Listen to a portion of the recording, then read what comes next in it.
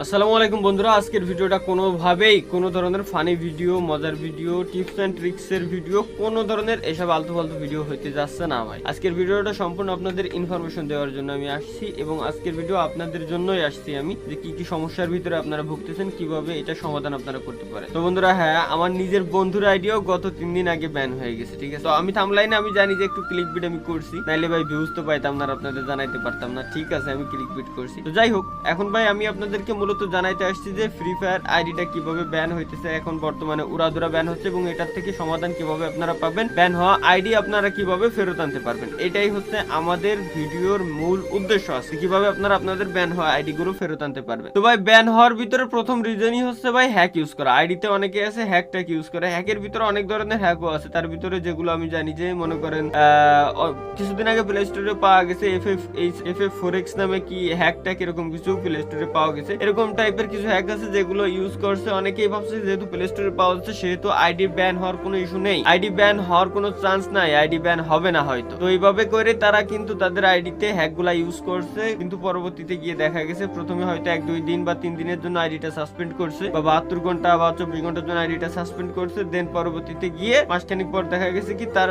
আইডিটা permanently ban করে দেওয়া হয়েছে বা পার্মানেন্টলি সাসপেন্ড করে দেওয়া হয়েছে, ঠিক আছে। তো ভাই, এই হচ্ছে মেইন কথা। এখন এমন না যে আপনি মনে করেন যে র্যাঙ্ক ম্যাচের ভিতরে গেছেন, র্যাঙ্ক ম্যাচের ভিতরে যাওয়ার পর উড়াধুরা হেডশট মারতেছেন, আপনার আইডি ব্যান হয়ে যাবে, এমনটা ভাই মোটেও না। আইডি ব্যান হয় মূলত হ্যাকট্যাক ইউজ করলে, এগুলা করলেই আইডি মূলত ব্যান হয়। সুতরাং আপনাদের এখন কি করতে হবে যে হ্যাকট্যাক আপনারা ভুলেও ইউজ করবেন না, এবং যাদের আইডি হ্যাক ইউজ করার কারণে ব্যান হয়েছে তাদেরটা ফেরত আসবে কিনা আমি ভাই গ্যারান্টি দিতে পারবো না, বাট যাদেরটা হ্যাক ইউজ ছাড়া, অনেকেই জানেন যে আপনি আপনার আইডিতে কিছু ইউজ করছেন কিনা, আপনার নিজের একটা কনফিডেন্স যেহেতু আছে, সেহেতু আপনি যদি নিজেই জানেন যে না ভাই আমি তেমন কোনো কিছু ইউজ করিনি, আমার আইডিটা ব্যান হয়ে গেছে, এটা কিভাবে আমি ফেরত আনতে পারি, তো চাইলে আপনি ফেরত আনতে পারবেন। তবে আসবে কিনা 100% গ্যারান্টি ভাই আমি দিতে পারবো না, বাট আমি আপনাকে এটুকু বলতে পারি যে আপনি ট্রাই করে দেখতে পারেন, আসতে পারে হয়তো 70% চান্স আমি দিচ্ছি যে ইনশাল্লাহ আপনার আইডি ব্যাক আসবে। আমি 100% গ্যারান্টি দেবো না যে আপনার আইডি ব্যাক আসবে কিনা। তো ভাই, আইডি ব্যাক আনার জন্য সর্বপ্রথম আপনাকে কি করতে হবে, সর্বপ্রথম চলে যেতে হবে আপনার